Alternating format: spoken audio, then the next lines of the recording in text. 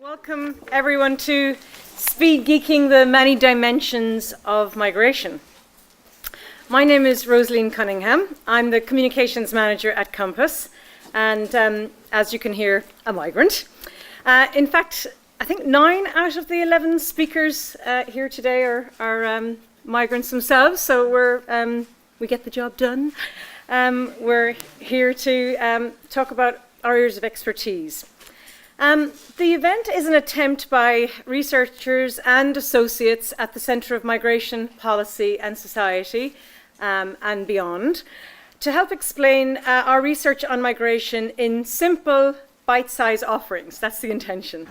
We hope it whets your appetite and encourage you to become more involved in our work. You should find forms on your seats enticing you to sign up for our e-newsletter and our events, and to become part of the Migration and Mobility Network. We also would really like if you could fill in an evaluation at the end, and you win a free pen if you do that. Now, speed geeking is actually a word. According to Wikipedia, it's a participation process used to quickly view a number of presentations within a fixed period of time.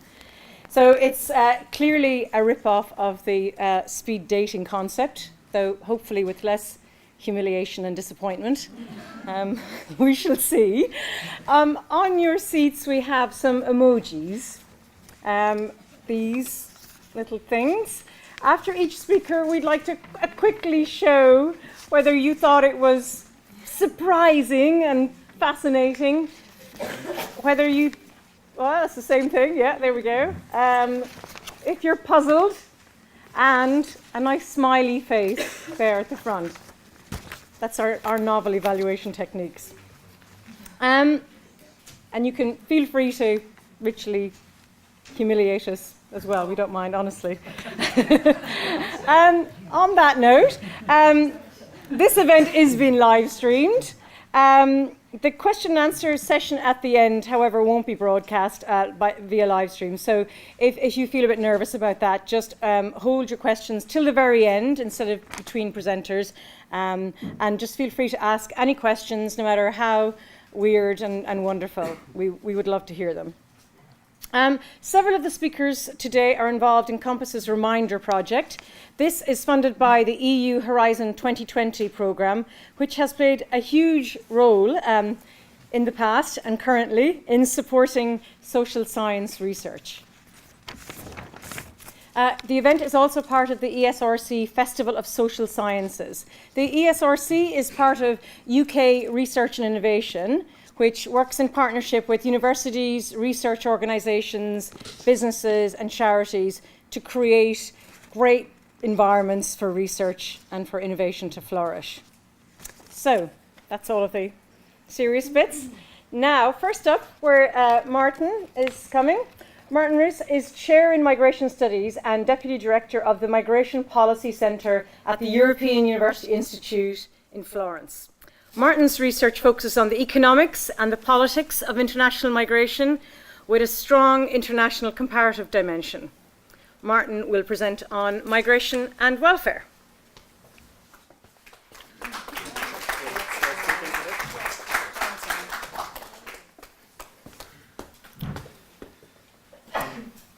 Oh, is that supposed to happen? I don't know what's supposed to happen. I don't think the clock has started. You just pressed return? I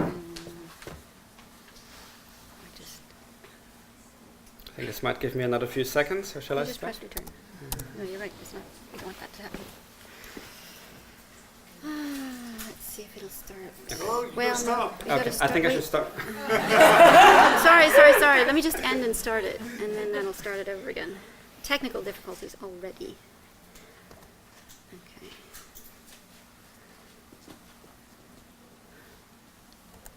There you go. So, thank you. Well, thanks for inviting me to be part of this experiment. I hope it'll be fun for you. As you see, it is already quite humiliating for some of the speakers. I have recently moved from Oxford to Italy. This is not me in the car, but if those of you following European politics will know that Italy is just in discussion with the other EU member states about its budget. There are some common rules, and Italy says we're different, we want to break those rules. You know, there have been huge debates in the European Union about what to do with refugees. Some countries have been very open to the refugees. Others say, no, we don't want to accept too many refugees because we're different, because we have different institutions, we have different histories.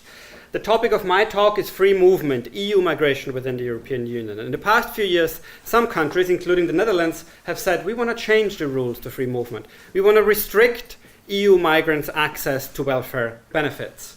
Now, the Dutch weren't the only ones arguing for that. There were also some others in other countries. Who knows who these people are? You've got 5 seconds. The flag should give it away. Go on. Excellent, thank you. Might be an Austrian in the audience. So the Austrians said, we want to restrict child benefits for all migrants, including EU migrants with families. And of course, maybe most famously and best known people in this country, before the Brexit referendum, Britain, Cameron went to the European Union saying, we also want to restrict the welfare benefits of EU migrants. We want a special deal. Why? Because we're different. Britain is different. We've got a very special welfare state, so we need special rules. You look at the eyes of Juncker, he knew maybe that there was a deal that wasn't, there you go. So this is the backdrop to our project, which was started at Uppsala University, colleagues and I. For those of you watching Vikings, this is Uppsala a long time ago. Our project meetings look a bit different, but what we are doing basically, we are asking the question, why do some countries want to change the rules of free movement in European unions and others don't want that change? And as you know, what free movement does is it means there's open access to labor markets across EU countries and for workers equal access to welfare state. So the UK, Netherlands, Austria and Denmark want to restrict access to welfare benefits, and most of the other countries, we think, want to keep those rules. What explains that? And the typical explanation is to do with actors. So the reason why there's this disagreement is, in some countries there are certain political parties that want change, populist parties, or maybe it's the media. What we say is no, maybe it might be structural factors. What about differences in institutions? What about differences in welfare states? Do they make a difference in terms of the domestic politics of free movement? Now, to address this question, we need a theoretical framework. This is very blurry, so I'll just leave it up like that for you to look at. 2 things. How can institutions affect the politics of free movement? In 2 ways.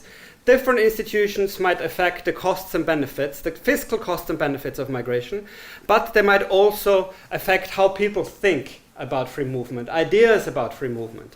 So the research we've done looks at the net fiscal effects of EU migrants in different countries. This is the first research of its kind.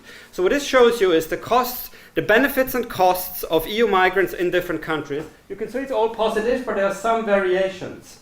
If you look at the net fiscal effect per 1% EU migrant households, you see that you have some positive benefits there in Norway. UK's also benefit, but some negative benefits in some East European countries. So we know that the benefits are mostly positive, and what we're interested in is now, what explains the variation? And does the fact that there are different types of welfare states in different countries, does that influence the fiscal effects of EU migrants?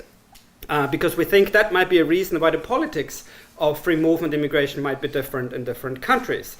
So that's what the second part of that research has been done, and we are still doing that, so that is work in progress. So what we do is we look at all European countries and we group them into different institutional regimes. What that means, we look at different types of welfare states. So typically Ireland, the UK and Malta have what we call a basic security system, a kind of liberal market system, a liberal welfare state, and there are other regimes as well.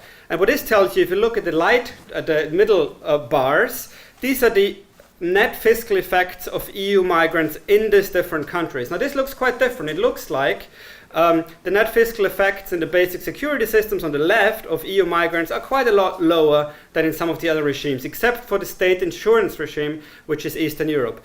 What you do is, if you take out outliers, if you take out Ireland, which was very much hit by the economic crisis, if you take out Norway, that has a lot of budget surpluses because of oil revenues, you find out actually the net fiscal effects are quite similar across countries, except Eastern European regimes. That's a lot lower than in other countries. If you look at over time, what happened to the net fiscal impact of EU migrants over time, you see a big dip during the financial crisis, but again on the right-hand side, if you take out some outliers, if you take out Ireland, Norway, actually developments over time have been quite similar.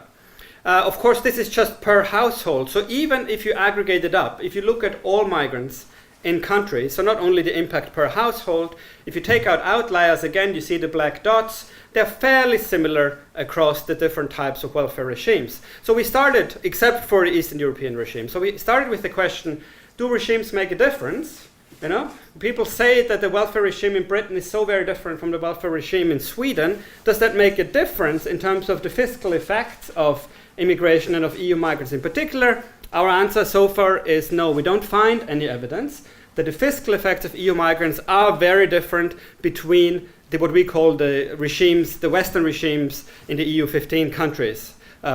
So in terms of interests, maybe institutions don't matter so much. But what about ideas? And this is my last slide, simply shows that the way the welfare state is financed. People pay income taxes, social security contributions, and my point here is that the share of social security contributions in Britain is relatively low compared to some other countries. And it might not be so much the fact that the impacts are actually different, but the idea is the fact that people contribute or don't contribute because they pay social security contributions, that might be a big difference in terms of the politics of it. These are the sources, and I think I'm out of time. Thank you. Thank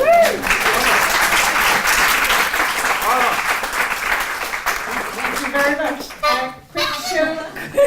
Quick show of emojis, yay! Very good. Oh, right. People with questions, please remember to wait until the very end. Right, next up, we have Dacia Zanovska is Associate Professor of Anthropology of Migration at the University of Oxford.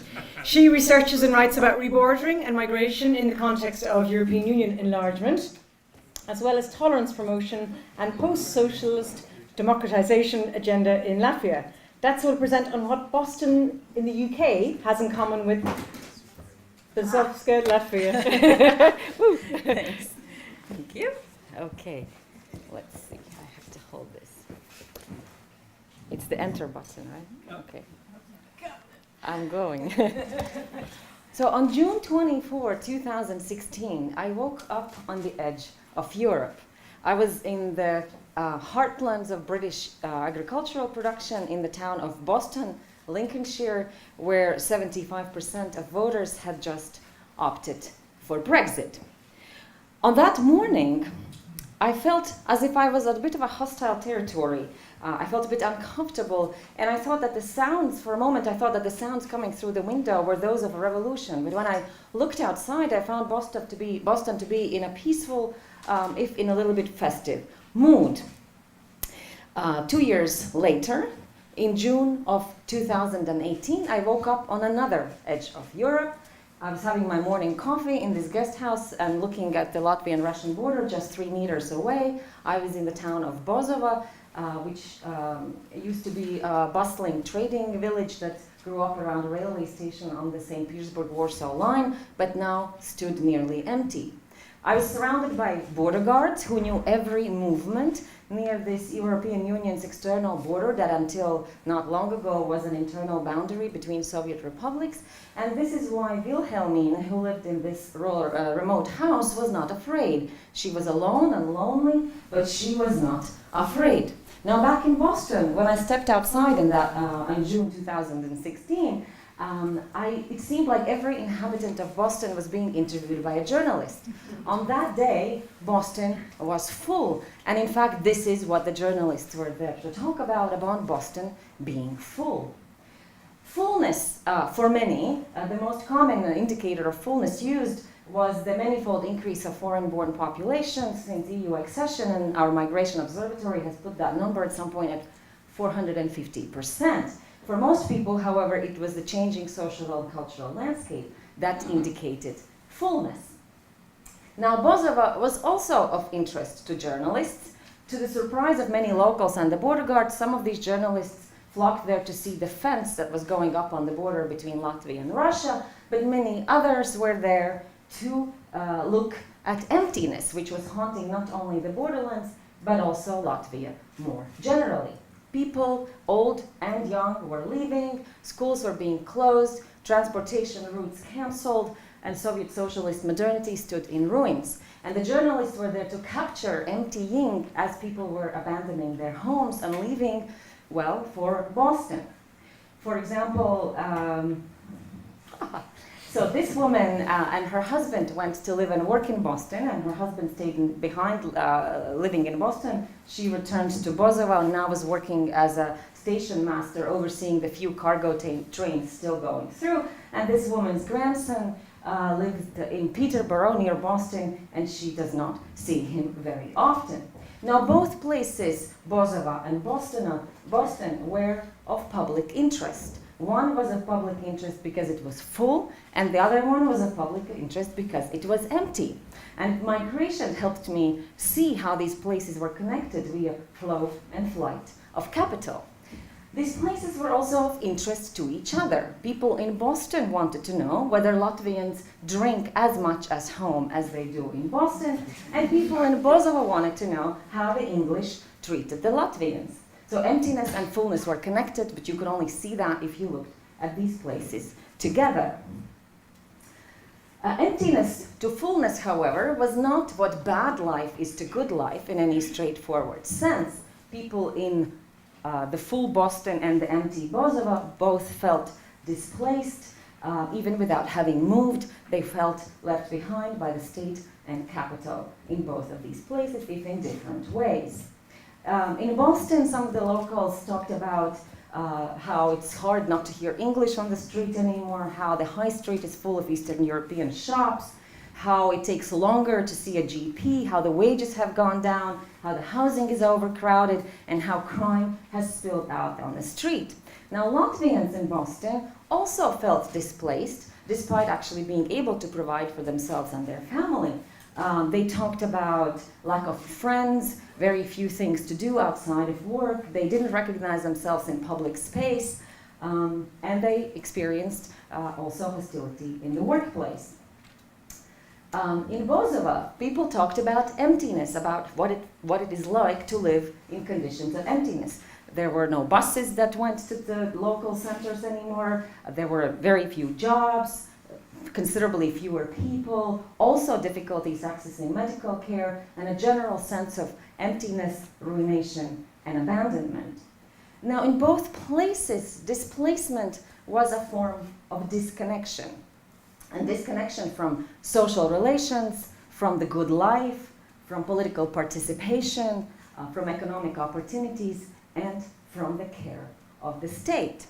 Now, in both places, people also tried to reconnect. Some of the people from Bozova tried to reconnect by migrating, and they could access jobs and childcare when they went to Boston, but they didn't necessarily think they were living good lives. Those who stayed lived emptiness as a new form of life, focused on maintaining the present for a little bit longer. People in Boston also tried to reconnect. They tried to take back control over the forces that they thought brought migration and left them behind. And they tried to reconnect by disconnecting. Thus, 75% voted for Brexit. Elites in Boston tried to reconnect to Boston in other ways. For example, they tried to rewrite the story of Boston from an English market town to a Hanseatic city. In Bozova, equally, local elites also tried to reconnect by turning past connectedness, bustling trade, for example, into cultural heritage and organizing exhibits on it. So this is to say that migration for me in this project has served as a lens for understanding the logics, patterns, and meanings of connectedness and disconnectedness in contemporary world, the forms of life that they generate, and also the futures that inhere in them.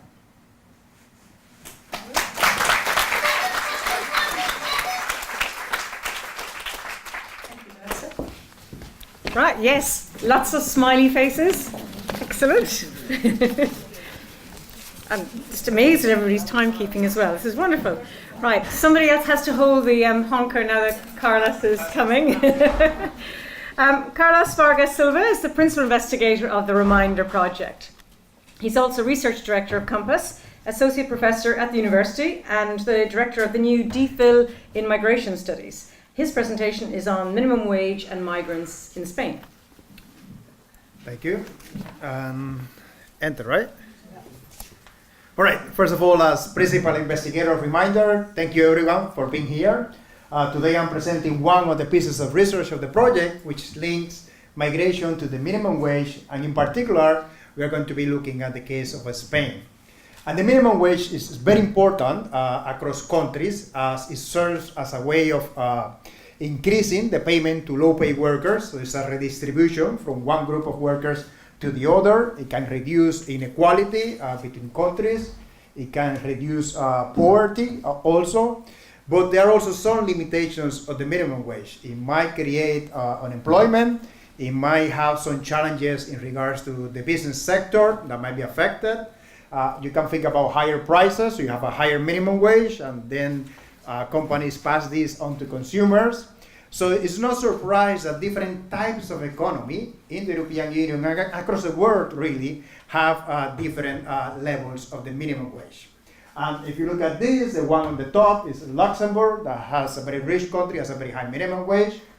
Here at the bottom you have Germany, that just introduced a minimum wage very recently in the year 2015. This one, which is a light purple one, is the UK. And this is measured in euros, so you can see how each country has a different minimum wage. But those Western European countries have a very different minimum wage than the Eastern European countries. For instance, this is Latvia, which you have heard about. So it's no surprise that some people, some low-paid workers, are moving from countries in which there's a low minimum wage to countries in which there is a higher minimum wage, especially in the low-paid sector. So the minimum wage can serve as a pull factor. You can have more migrants coming in. It has implications for integration of migrants in the economy because they get a lower pay, especially those in low-paid jobs. And it also has implications for the impact of migration on the outcomes of natives. So, but it's a very complex link. So you have a higher minimum wage. You will have higher earnings for low-skilled workers. So those workers who are already resident and that do keep their jobs are going to be better off. But you can also have more migration that will increase the supply of workers in the economy, as obviously with regards to supply and demand. You have more people doing the same type of job that can lead to lower earnings for those low-skilled workers. And you can also have adjustments on the part of employers. So employers think about the agricultural sector. If you have workers picking up cherries, maybe you're going to change and have a machine doing that work, and you don't rely on workers that much if you have to pay them more. So some of the effects are positive, some of the effects are negative, but there's really a very complex relationship that between migration and the minimum wage. And the main problem is that if we were to study this, we would like to have an exogenous increase in the minimum wage. Suddenly someone says, well, the UK will have a 10% higher minimum wage, and let's see what happens. But the minimum wage is part of a political process. So it's very difficult to find those instances in which it increases without a long political process and unexpected situation. So me and my team, we went all looking all around the EU to identify the cases in which there were exogenous changes in the minimum wage. Somebody else is going to talk today about the case of the UK, but today I'm going to talk about the work we did in the case of Spain, and that exogenous, surprising, unexpected increase in the minimum wage. 2004, 11 March, was a very sad day for Spain, was the Madrid train bombings. And at the moment of the bombings, the government suggested that the group ETA was responsible for the attacks. But it became very evident, very quickly that this was actually not the case, that it was a different type of group, and there was a strong reaction against the government because of this. There were massive protests around the country with regards to this. Now, the key fact is that the attack happened on the 11th of March, and the elections were on the 14th of March. So this is happening just 3 days before the election, and of course it's going to have an influence on the electoral result. As usual, you have the socialists in red and the conservatives in blue. And in this case, obviously, the Socialist Party, which was the opposition, had as a promise, of campaign promise, a significant increase in the minimum wage. But they were not expected to win. If you look at the end there, where the blue line is above the red line, that's 1 year before the elections, and for a whole year, The blue line is about the red line, which means that the conservatives were favored to win the election, so there was not going to be this massive increase in the minimum wage. But you can see at the end what happens with reality is that the election went the other way because of the tax. So this is what the increase in the minimum wage has been before, just 2%, and then suddenly you have a massive increase in the minimum wage, which was unexpected. So what we do in Spain is to look at what is the impact of this change in the minimum wage on the earnings of migrant workers and also on the migrant flows to Spain. Spain is a very important country also because the migrant population has increased substantially. This is 1998, so it's less than 1 million. And by 2005, when we are exploring these effects, it's over 3 million. So you have a massive increase in the migrant population in a very short period of time. So make it also an interesting country. This is just to show you one result of the ones that we have. This is the impact on low-paid workers, migrant workers. And you can see that the group, interestingly, the EU nationals, the EU migrants were not the group gaining from this increase in the minimum wage. It was mostly the African migrants, the ones that took had a bigger impact from the minimum wage change.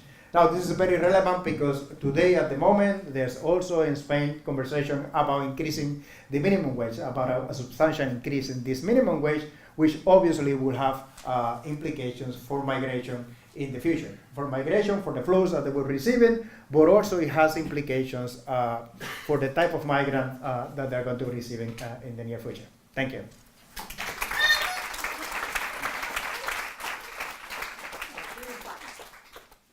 Right, emojis? Oh, a few surprises, but mainly smiley faces. Well done, Carlos. Right, next up we have Esther Irenaeus Arroyo, is a researcher at COMPAS also. Her research interests are in applied microeconomics, specifically labor and family economics, and the economics of migration. Her presentation is Migration and Work Health Risks.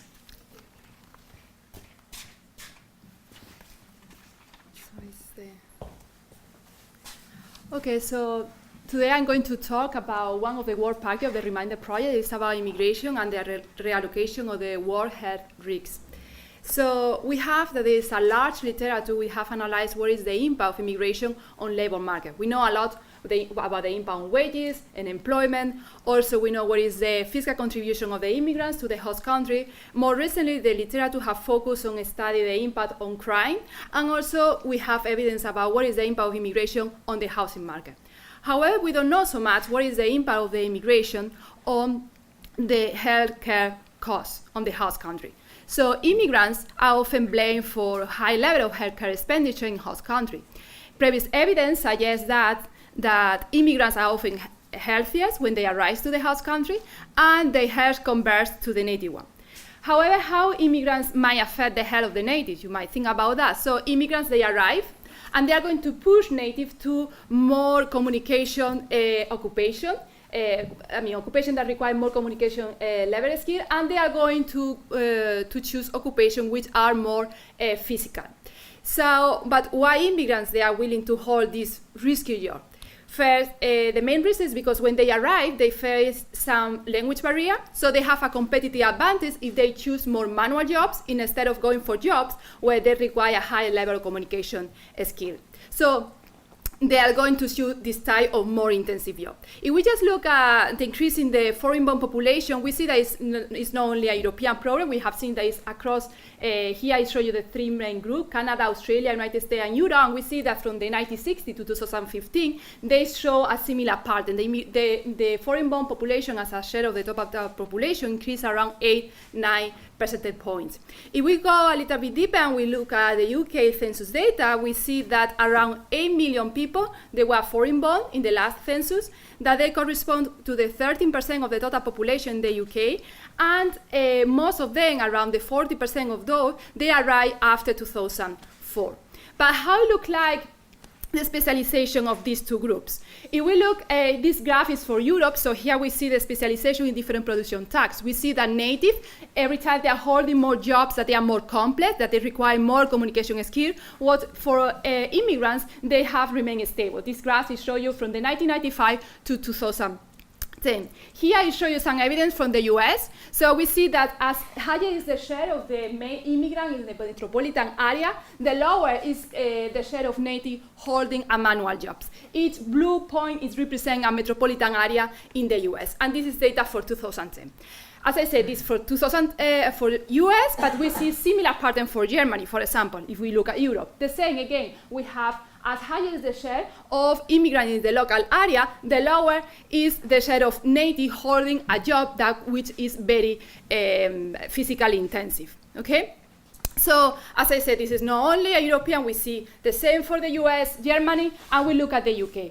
If we see over the last year in the UK, from 2003 and 2013, the immigration has increased the share of foreign born, and at the same time, it has decreased the average physical burden for the native. And also, we see that for native, they have decreased the injury rate in the jobs. And we see at the similar graph again, if we look at the share of foreign born and we look at the native share of physical intensive job, we see exactly the same pattern, that it has decreased between 2003 and 2013. So, what are we doing here now in this paper is the following. We are interested in a study which is the effect of immigration on the native occupational physical burden, for example, lifting and carrying heavy loads, and also we want to see what is the impact of immigration on the occupational health risks, for example, the injury risks. So just to give you an example of what I'm talking, which type of occupation I'm talking about, some example of physical burden, low physical burden occupation are, for example, lawyer and also manager. So most of them, they correspond to high education, which require high level education, and then we have high physical burden, that, for example, is roofer. But if we look at the occupation injury risks, we are going to see that there are some occupations we have a low injury rate, like medical doctor, which require high education level. But then there is another occupation which are high injury with a high injury rate, but also which require high education level. For example, the veterinarians. Okay, so this is just to give you an example. Here, I will just show you sample of the result of research where we find that immigration reduced the average physical burden of native workers, and the effect is mostly concentrated for a worker with a medium level of education. So this is the impact of immigration on the physical intensity of the job. If we look also at the impact of immigration on occupational risks, we see a similar pattern. You will see that the effect is negative, and again, is concentrated for those workers on the medium level of the education. Just to remind you, the time period that we are analyzing here is from 2003 to 2013. And again, we look at the immigration also in work-related disability. Okay, so here we see the same pattern. We see that immigration during that time period in the UK was associated with a reduction in the likelihood of native men reporting any work-related disability.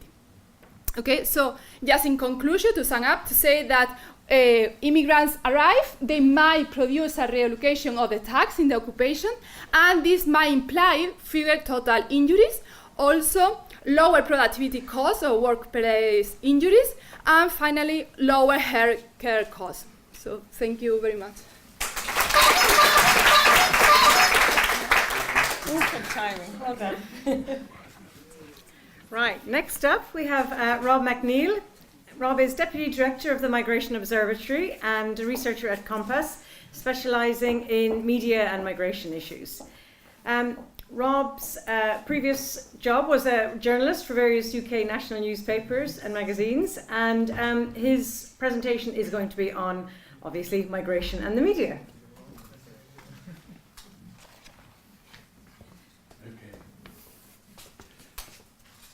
So we hit enter. Just enter. Yes. I don't want to repeat your errors. No.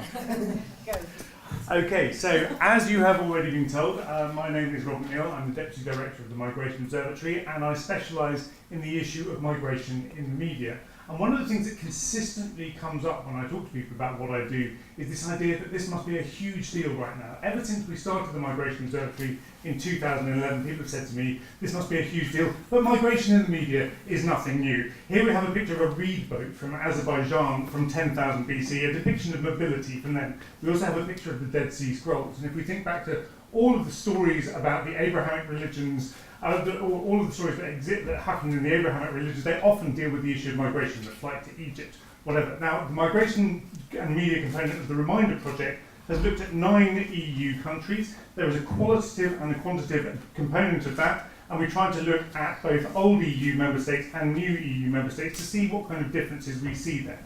Now, if we think about the differences, about what you can learn from quantitative and qualitative analyses, this is a look at something that you can get from quantitative analysis of media content. So we've done a study at COMPAS looking at the words in all UK national newspapers from 2006 to 2016. This was done by Will Allen, my friend. And this shows you, for example, that there was a massive spike in the focus on EU migrants between 2013 and 2014. Whilst equally, over a similar period of time, we also see a decline in the focus on the legality of migrants and an increase in the focus on scale. Both of these things, both of these issues, suggest a change in the way that we're thinking about migration from a focus on non-EU to EU.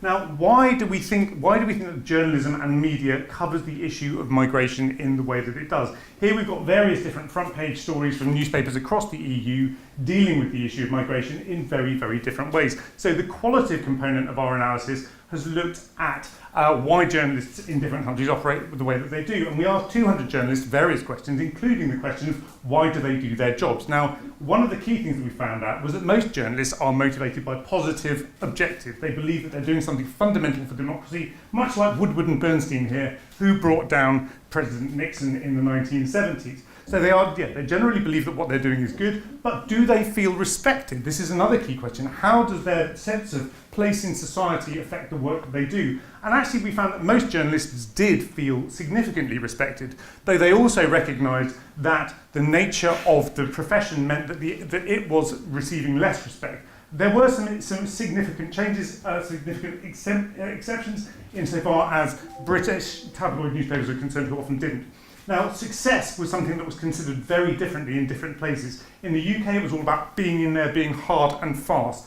In Germany, it was all about moderation and being kind of respectful in the way that you do things. In Italy, for example, it was driven by a desire to elicit an emotional response. And the workplace environment was also something which generated different kinds of ways that journalists dealt with the issue of migration. In UK tabloid newspapers and newspapers, for example, it was a very aggressive environment. In Germany, it was an extremely professional environment. In Spain, it was an environment where they were often extremely nervous about their positions. And the conceptions of who actually is a migrant were also fundamental. So the national ideas of who was a migrant. In the UK, there was a big focus on the EU, as I'm sure you can imagine. In much of the rest of the EU, the focus was on refugees. Very few people were thinking about high-skilled migrants, and there was different terminology used in different countries. For example, in Sweden, the concept of the bearded children, which obviously referred to asylum seekers claiming to be children, came up repeatedly. This was not something that we saw elsewhere. In the UK, somebody talked a lot about the idea of media convention driving the way that people talk about these things. So how do reporters think about EU migration? Well, this again was conceptualised very differently in the UK to other EU member states. In the UK, EU migration was considered to be fundamentally low-skilled, whereas in other EU member states, often EU migrants were not even considered to be migrants. They were mobile citizens. So it was fundamentally different. Non-EU migrants who were not asylum seekers were broadly not even thought about during this period of time. Now, we have to be clear about the fact that this was around about the time of the major migration flows into Europe of asylum seekers. So the focus in both the UK and the rest of the EU tended to be either on EU migrants or on asylum seekers. But what about asylum seekers? This was the key issue in most EU countries. Asylum seekers and refugees were a core focus of the migration debate. That obviously has a bearing on the political outcomes that we then see in most of those countries. For example, in Hungary, the desire to substantially stamp on mobility. So what are the key conclusions? Well, the national debate about these issues fundamentally shapes the way that media covers these issues already. So the way that politics is talking about it, the way that public opinion talks about these things, shapes the way that media content ends up looking. So it's a kind of circular thing. Journalists are affected by society in the same way that they affect society. There is a range of different ways that the state impacts on the journalist's work. So from the very directive way that Poland and Hungary approached the control of media, to the slightly sneaky behind-the-scenes way that it happens often in British newspapers and in many other countries where there are relationships that we don't know about, to a kind of hands-off approach that we see in countries like Germany and Sweden. Reporters are driven by a desire to make the world a better place. This is something that I think is often overlooked. They genuinely believe that what they're doing is right, whether that is those who are focusing on trying to massively reduce migration, or on those who are looking to create a more equitable situation for people. And a lot of journalists are motivated by trying to please the boss. But this is often not actually because of the boss's intervention, but because of a conceptualization that those journalists have about what their boss might think. And in fact, that sometimes drives a more cartoonish version of the kind of narratives that those people might expect. So the fundamental thing that I think we come away from this with is that journalism is actually a business made up of people. Media is made up of human beings. It's not just a random business. And while we sit there and think about the fact that migrants are people too, which is obviously fundamental to the way that journalists need to conceptualize the world, it's also important. It's also important that journalists are humans too. All right, okay, there we go.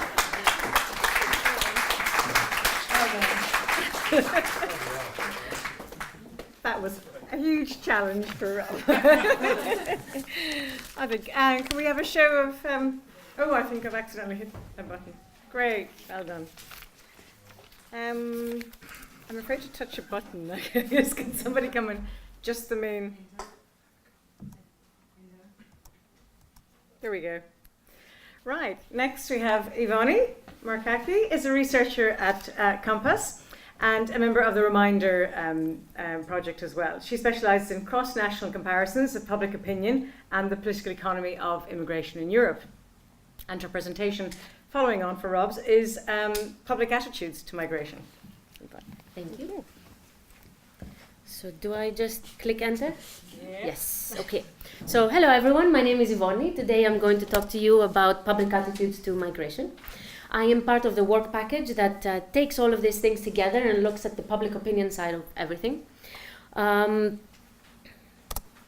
So what do we mean by attitudes to migration? Well, this can include a whole range of things, from people's evaluations of how immigration may affect the economy, culture, or crime. It could include attitudes to further immigration inflows, whether they should be reduced or increased. It includes attitudes towards entitlements and rights of immigrants.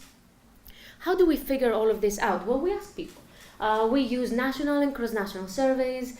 For example, the European Social Survey or the Eurobarometer. They go about and ask a lot of people. On minimum, they have about 1,000 people per country, but on average, we talk about 2,000 per country. Here, let me show you. This is a breakdown of a scale that looks at perceived effects of immigration on the economy. We see that the bulk of people tend to be on the positive side, would think that immigration has a positive impact on the economy. When we look at perceived impacts on culture, we see again that the bulk of people are concentrated on the side that thinks that immigration enriches cultural life rather than undermines it.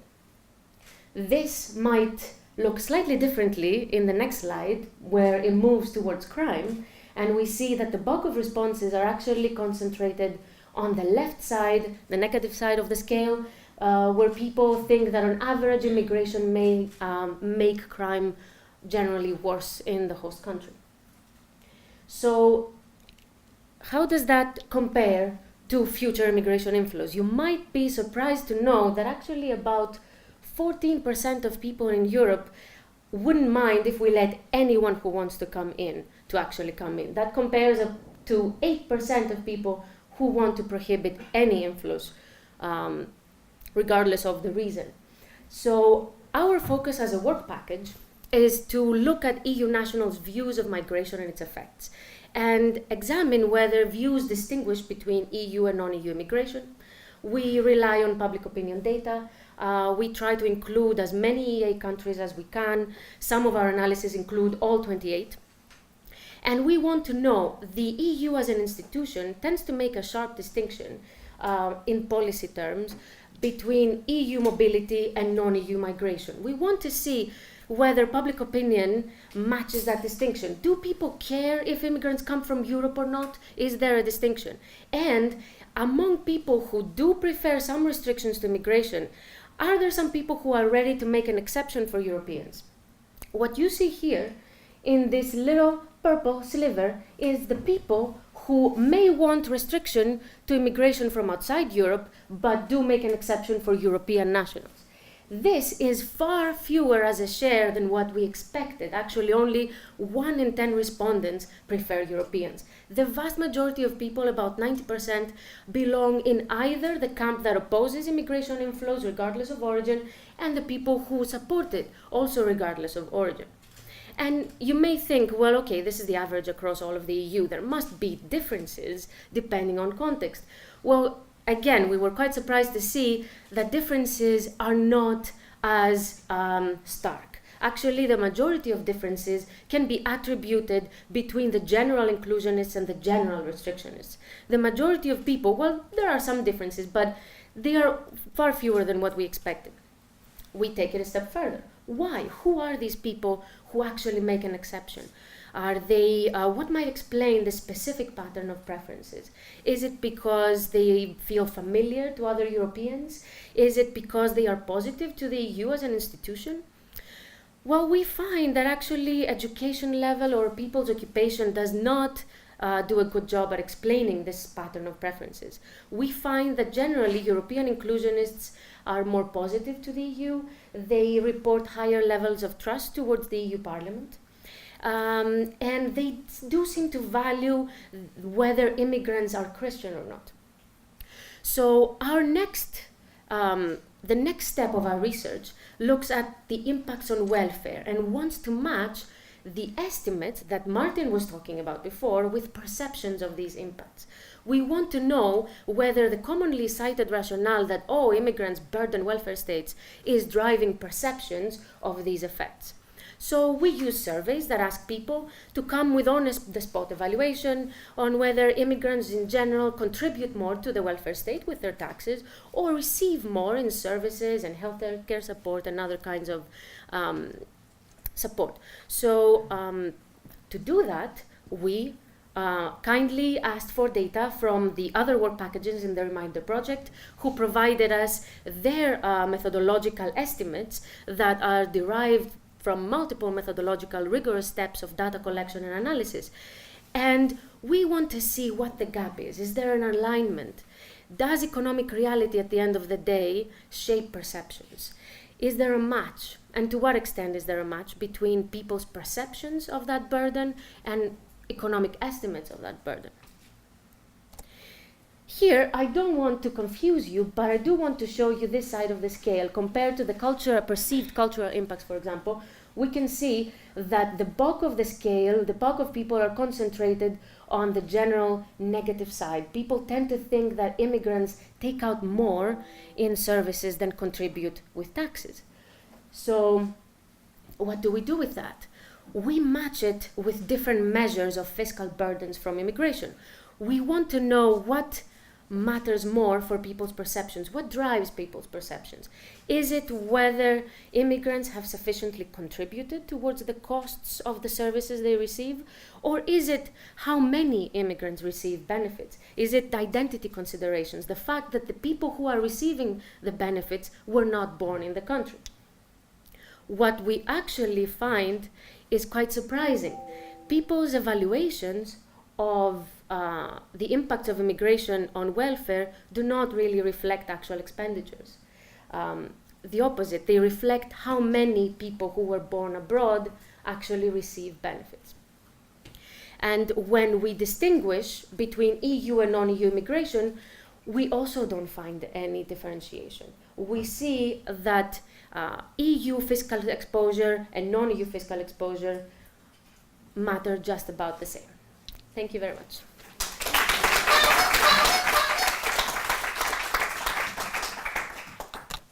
I think so far Yvonne is the only person who was ahead of her slides. Great, and can we have some emojis? Yeah, we got some smiley faces, a few surprises, a few shocks, that's great. Please save your questions for Ivani at the end.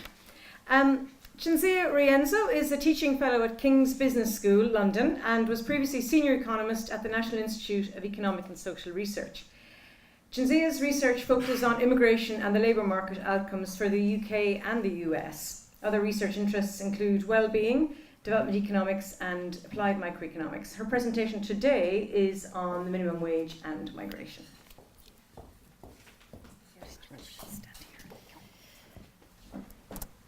Okay, so you already seen a presentation from Carlos about the minimum wage and immigration from Spain, but in this paper we essentially focus on similar topic for the UK. So since it was first introduced in the United States in 1912, the minimum wage has always represented a way to redistribute wealth and income, particularly with the aim of making sure that those who earn a little wage are able to support themselves and therefore also to support their family. This through higher wage, but also through redistribution through increase on employment. Since its introduction in the United Kingdom in 1999, the UK government has announced the intention to increase the minimum wage even more until by 2020, so that the UK would probably be one of the countries with the highest minimum wage in Europe. Now, every time that there is a change or an increase in minimum wage, the workers who will be affected will be the low-skilled workers, and of course in the UK, as in other countries, the large, vast portion of low-skilled workers are immigrants. And particularly in the UK, the large share of low-skilled immigrants in society has always been a concern, and there is some consensus that this has been the key driver of the UK vote to leave the EU, and it certainly has been one of the key arguments for some political parties during the campaign to leave. Nevertheless, understanding about the mechanism between the minimum wage and the earnings of immigrants is important to understand many aspects of immigration. First of all, why migrants move to a specific country, particularly why they move to the UK. One of the reasons is clearly the expectation of better labor market opportunities, but it's also important in terms of integration of immigrants. Integration in the labor market is a predictor as well as reflection of the integration, the general integration of immigrants in society. But also, again, one of the aspects that is important to understand is what is the impact of immigrants on native labor market outcomes, particularly over those who are low-skilled. And here's a picture of low-skilled workers in the UK. Now, if the effect of the minimum wage is different between immigrants and natives, is particularly relevant in the UK. And in the past, the gentleman Nigel has raised this concern that increasing minimum wage could actually attract more migrants, particularly from Romania in the UK.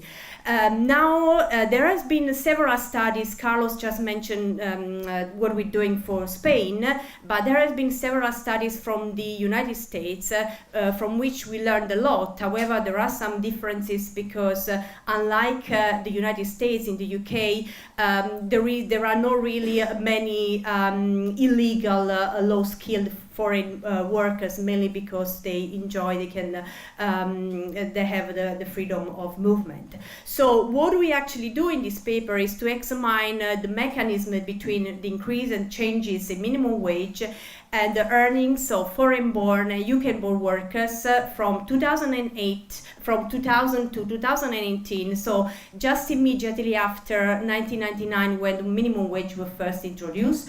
We focused on low-skilled wage workers who are aged 17 to 46 in 2000, and again some nice picture of example of what we consider low-skilled jobs. We also consider low-skilled jobs based on the level of education. Now there are several reasons why we should expect the effect of minimum wage changes to be different between natives and migrants.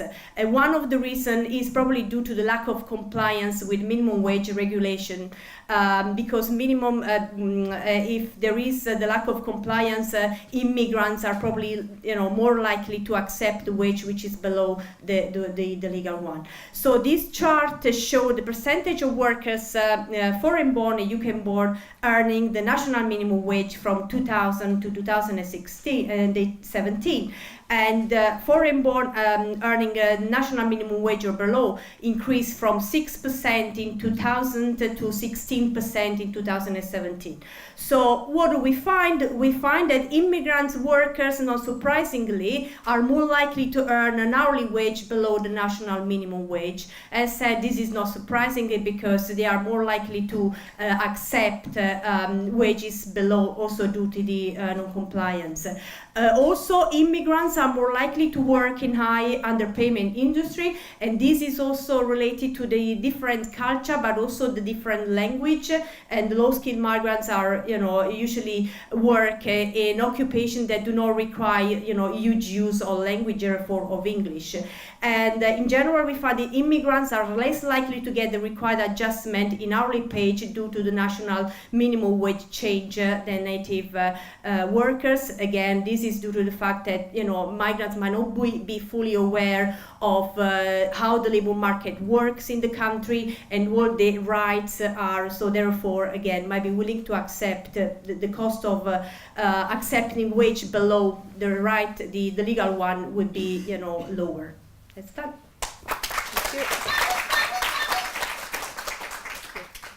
Great. Thank you very much. Can we have a few emojis showing? More smiley faces. Well done. Right, next up we have Sivan Gokic, is a researcher at COMPAS also. His research looks at the socioeconomic integration of refugees in the UK, the labour market impact of immigration and emigration on natives, and the implications of immigration policies for migration flows. Sivanga's presentation today is on skills and migration flows. Thank you. Thanks, Arroyo. So today I'm going to talk about immigration policy and its impact on the skill composition of migrants. A big debate that we have going on is whether immigration policies do actually have any influence on these skills. And because of immigration policies, people don't move around the world. So the question I ask here is, what would happen in the absence of immigration policies? You can think about two things: the size of immigration flows and the skill composition of immigration flows. And the skill composition tends to be what policy makers put forth as, you don't want to make it so lax so anyone can come in. And the literature is inconclusive about this, the influence on the skills, but it's very clear about the influence on the size. And some argue that the skill of migrants largely depend on their home country, so where they're coming from. In my study, to give you some context, in May 2004, 8 Central and Eastern European countries joined the EU. And the UK was one of the few countries that allowed them free access to the labour market from that date onward. Other people waited until about 7 years. And if you look at the graph here, you see that the AA-born population went from under 100,000 in 2003 to about 1,500,000 by 2017. So you can clearly see the size effect there on flows. If you look at the share of those migrants in elementary occupation, basic occupations, It went from about 20% in 2003, and in 2006-07 it was over about 40%. So that then makes you wonder, was it because of the policy? But before asking that question and answering it, you have to think about the potential influencing factors that might come from other places. And if you look at the graph, you see that the occupational attainment increases with time in the host country. So what I do here, I try and see whether the policy had any effect on education, on age at arrival, and on any other measures that you can't observe on paper, essentially. And I also look at the occupational outcome. This is on the basis of the fact that if you look at this table, which kind of shows you how a particular type of visa was being run, you see they were making allocation for qualification, age, and earning. So that's exactly what I'm going to use in my empirical analysis. And I use the labor force survey and look at the very recent migrants, so those who entered the UK shortly before and after the change in policy and have been in the country for no more than 5 years.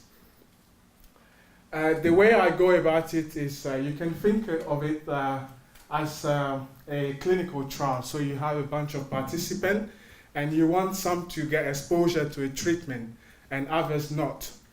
And you want to see if that particular treatment has an effect in fact. So what I have here is A8 migrant as my experimental group and non-A8 migrant as my control group. Because A8 migrant are those that were affected by the change in policy, essentially. So when you look at those measures of skills, such as education, for example, you see that those who were exposed to the treatment do not seem to exhibit any particular change in their educational distribution. When you look at the control group, those that were not affected by the policy at all, there's no change there as well. The same happens when you look at age at arrival in the country. There's very little movement there as well. If you also look at another measure of skill, there is anything that is not potentially visible on paper that can affect your earning potential. Again, you see that for both the experimental group and the control group, nothing seems to have changed there.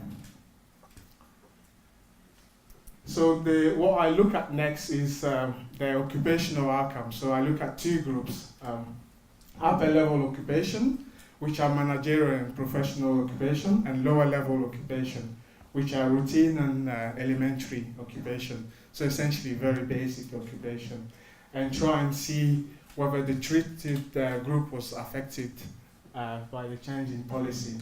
And what you see here is that new A8 migrants in the UK were now about 10 percentage points more likely to be in elementary occupation after the change in policy. If you adjust for where they were living, it drops down to about 5 percentage points, so by about half. If you look to the right, you see that this was essentially mainly coming from older migrants, so those who came in at an age of 27 plus. For younger migrants, the change is not statistically different from zero once you account for region of residence. And the reason why region of residence plays such a big role, you can see here that A8 migrant, the new arrival were more likely to live outside of London compared to previous groups, as well as compared to the control group, essentially. So in conclusion, the change in policy had very little impact on measurable skills, but we see that there was a shift in occupation, but this was largely due to the fact that the new migrants were more regionally dispersed. Right on time. Well done. Emoji time. Yes, few surprises. Great. And not shocked isn't the right word. Right, next up is Marie Godin. She's currently a research fellow at the Institute for Research into Superdiversity at the University of Birmingham and is a research associate of Oxford Department of International Development. She currently works on the Euro Children Project and will be starting her British Academy postdoctoral fellowship here next year. Marie's presentation today is on Brexit and EU children living in Britain.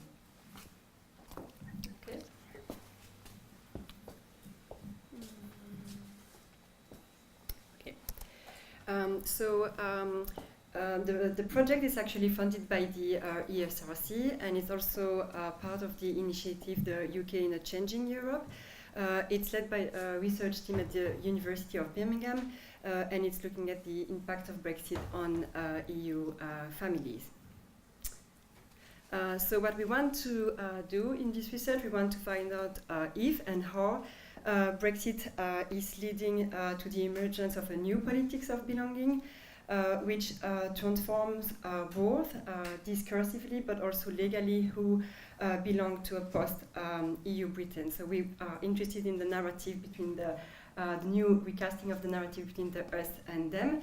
So we are doing it by mapping EU nationals and their offspring in the UK, and we are also looking at how different types of EU families experience and respond to the process of Brexit, and try to identify some of the factors that shape such processes. And then thirdly, we are also trying to capture the voices of the children of these different types of EU families, so what we call the Euro children, or second generation Europeans, to understand how they conceptualize their identity and belonging in light of the Brexit process. So how do they feel about being British or European?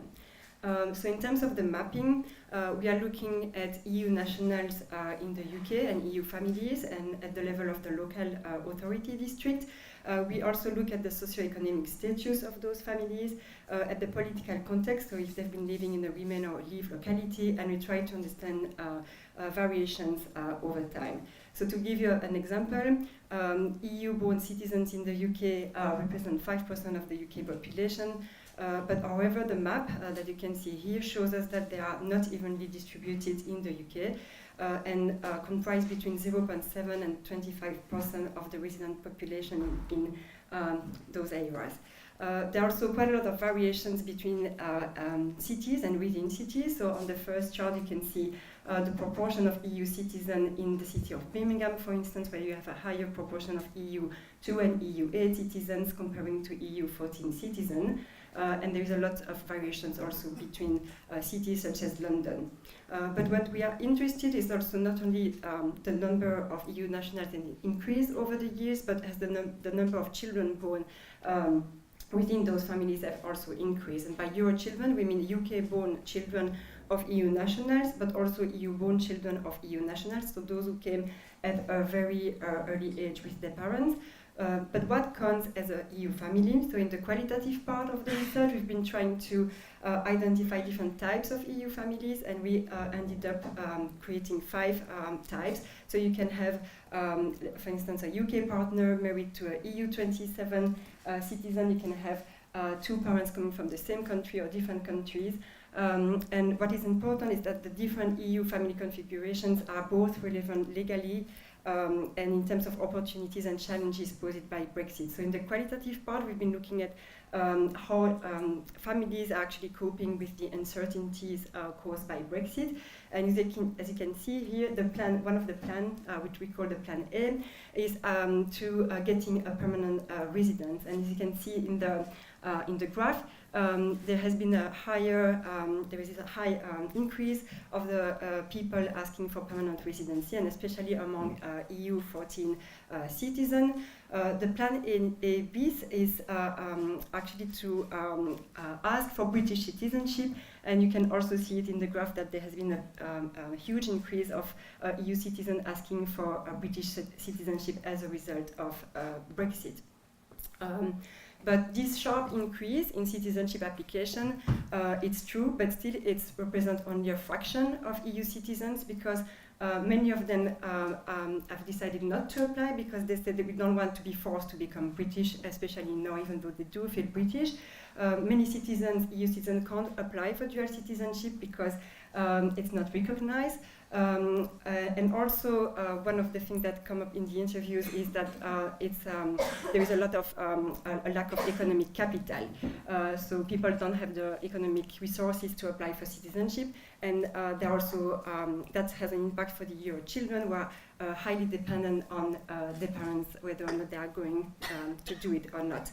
So the route from permanent residency to citizenship is not an easy one, and it's kind of an unequal process from which many people are, in fact, excluded.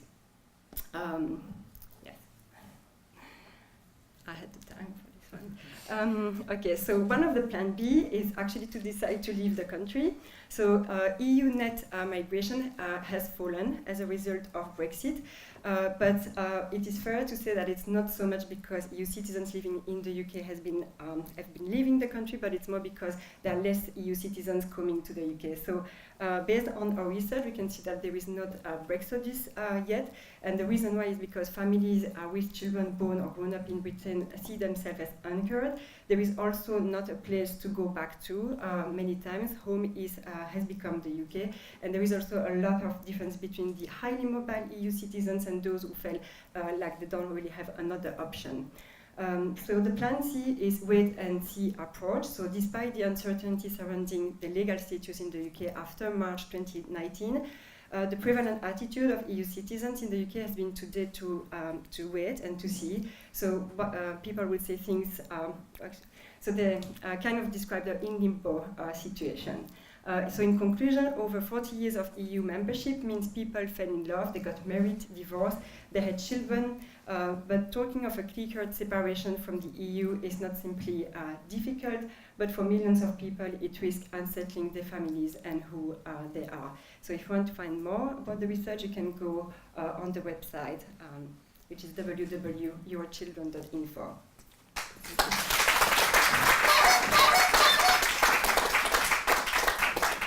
Thank you, Marie. Great. Some more emojis. I think everyone's getting tired with their emojis. Yeah, oh, lots of smiley faces. Great. Thank you. Next up, Zachary Strain is a research assistant for the Migration Development Research Group at the Maastricht Graduate School of Governance.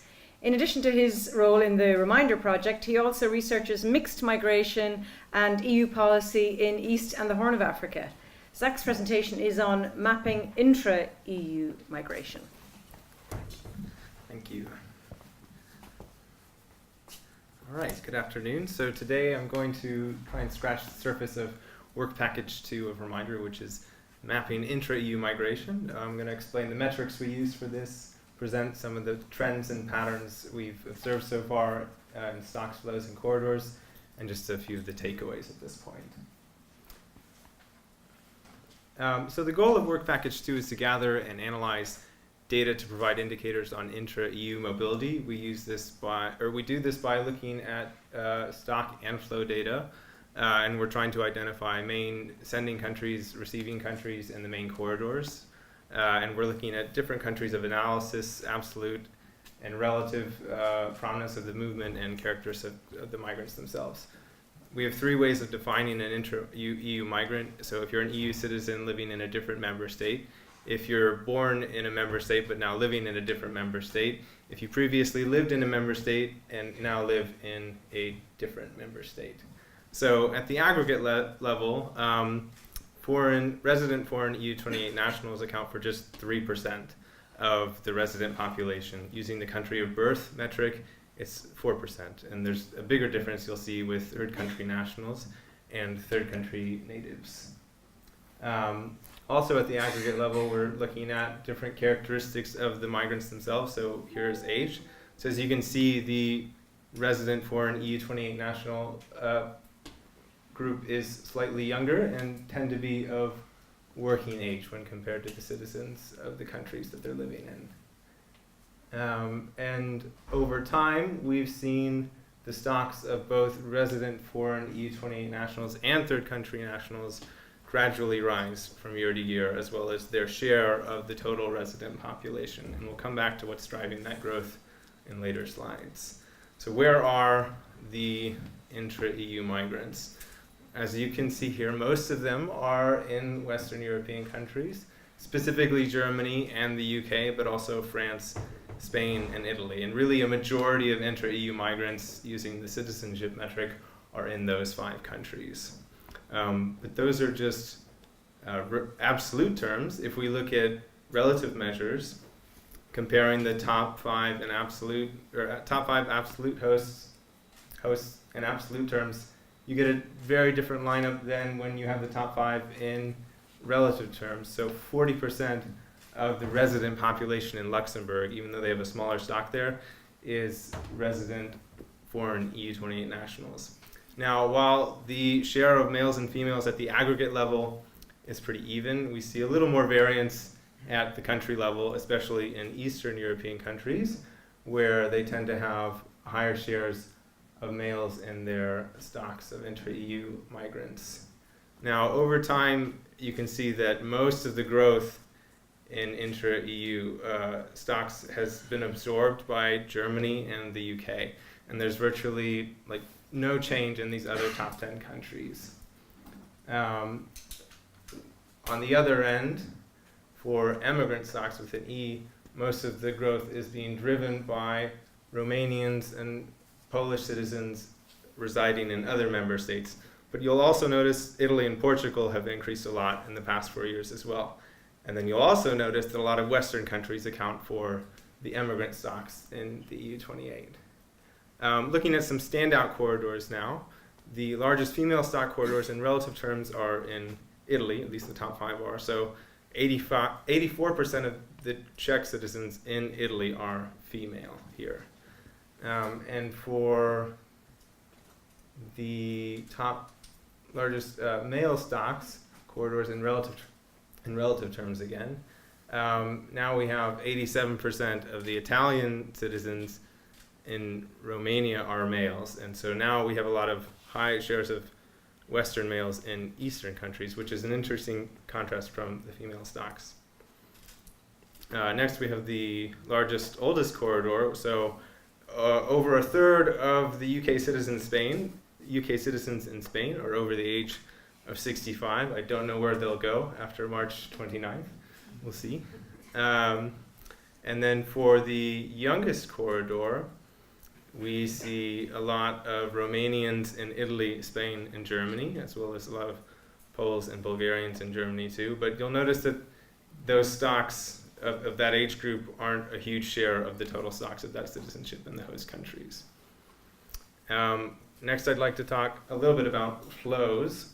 So for the top 20 inflow corridors by citizenship, what we see is a lot of return migration. So you see a lot of Romanian nationals going back to Romania in 2016.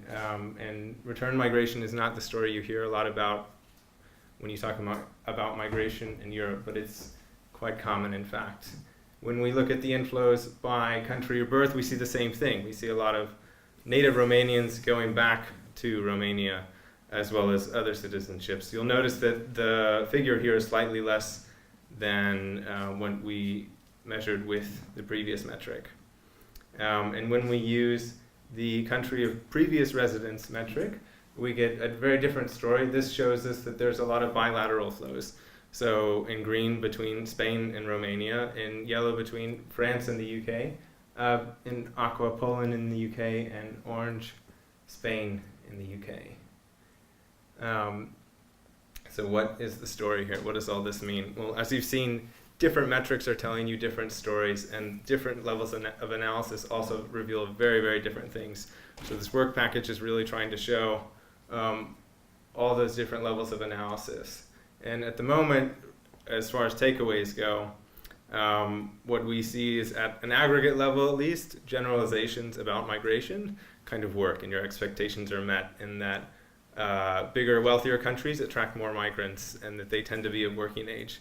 But really when you get down into these deeper levels and the corridors, you start to see much more distinct things happening.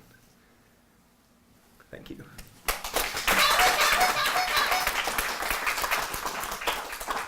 Great. Thank you so much. Lots of really fascinating data there. Emoji time. I think there's a few surprises maybe there. And again, please hold your questions for Zach at the end. Lastly, we have Tom Western. He's an early career fellow in the Refugee Studies Centre here at Oxford. His research explores the relations between sound, music, borders, displacements and citizenships. At the RSC, he's working on a project titled Oral Borders, Audible Displacements, which is about the sound and citizenships in Athens, which is what he's presenting on today.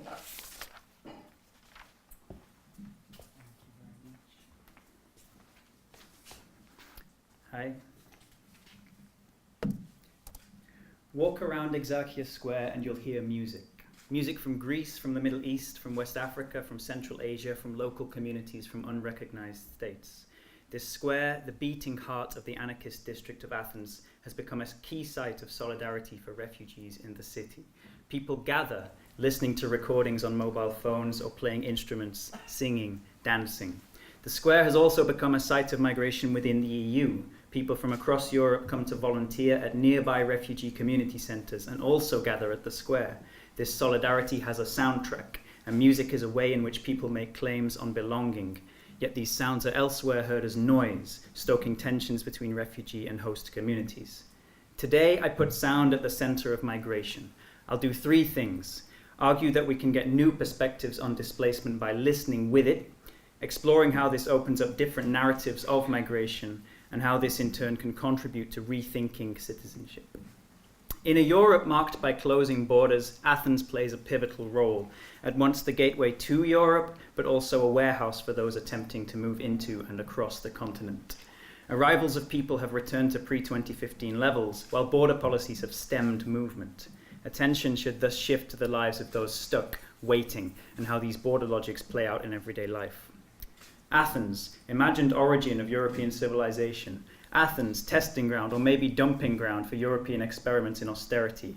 Athens, a place of negotiating Europe's borders.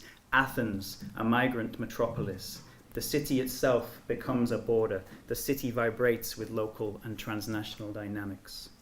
None of this is new. Athens has long been a city of refuge, and music emerges from interactions between different communities. Music and sounds are always moving and can help us rethink society itself through movement. Today, EU migrants form coalitions of activism with refugees, opening spaces for collective resistance. Picture the scene. Drummers from Senegal and Gambia play in the square. A Greek saxophonist riffs over their beats. People from elsewhere in Europe dance, drink beer and cheer. Athenians stroll by like nothing is happening. I sit and listen with people from Syria and Afghanistan. It sounds like this.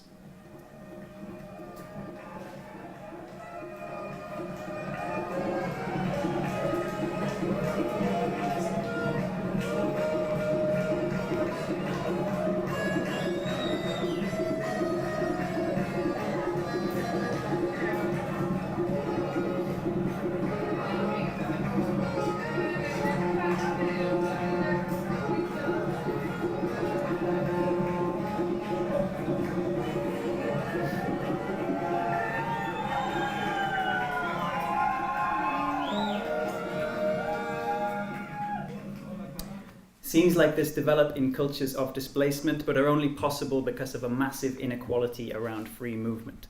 Freedom of movement is being defined and defended as a European value here in the Brexit fallout, at exactly the same time as the EU has been shutting down the very possibility of this for others elsewhere.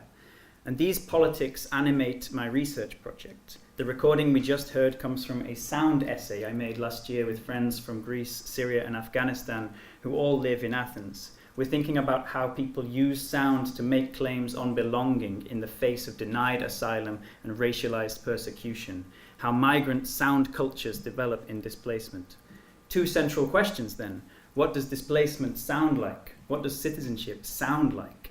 The aim is to hear and understand the city from migrant perspectives, listening with displacement and exploring how refugees make sense of and articulate their own experiences. Sounds have politics. Certain sounds and people are heard as fitting or not fitting within appropriate soundscapes of a city, of a nation, even of a continent. A quick example, Athens has no mosque, part of a history of Europeanizing the city in the 19th century, meaning that Muslim worship is silenced, driven underground. Sound, then, is a way of understanding citizenship, of hearing inclusion and exclusion. Another example, a refugee squat a short walk from the square hosts music nights. French language songs from West Africa played on guitars, rap in Arabic performed over beats played on mobile phones. A banner hangs from a wall, squat the world, rap against state and law. By listening to these practices, narratives of forced migration become less about tragedy, victimhood, and stigma, and more about creativity, resilience, and protest. And we need to recognize and amplify this creativity. Not only creativity in the sense of the performing arts like music, but the creativity involved in developing and sustaining culture in and of displacement. I'll call on Professor Lindsay Stonebridge, who argues that the creative practices of refugees, often done on hope and shoestrings, adds to the archive of statelessness that has been growing steadily since the middle of the last century. More than ever, she writes, we need to recognize that this is not so much work from the margins as from the vanguard of the arts and human sciences, made by people who know at first hand how our current political morality turns on what is seen and what is not seen, to which I would add, as is probably obvious by now, what is heard and not heard. And all this leads to a couple of conclusions. First, that music and sound are a way of performing citizenship. Super diverse communities of refugees and EU migrants join Greek activists to shift understandings of citizenship away from only something given or denied by the nation state to something asserted at street level. Second, they are a way of protesting citizenship, sounding out the violence of borders and exclusionary regimes of belonging, migrant detention and deportation. These are not institutionalized forms of activism. Migrant politics involve demanding the rights of citizenship while simultaneously drawing attention to how precarious it is. Movement itself becomes a political movement and a social movement. In sum, listening to street-level perspectives on migration not only show us how citizenship is claimed and resisted, but can open up different ways of thinking about citizenship altogether. And these things combined might help us imagine alternatives to social expulsion. Thank you.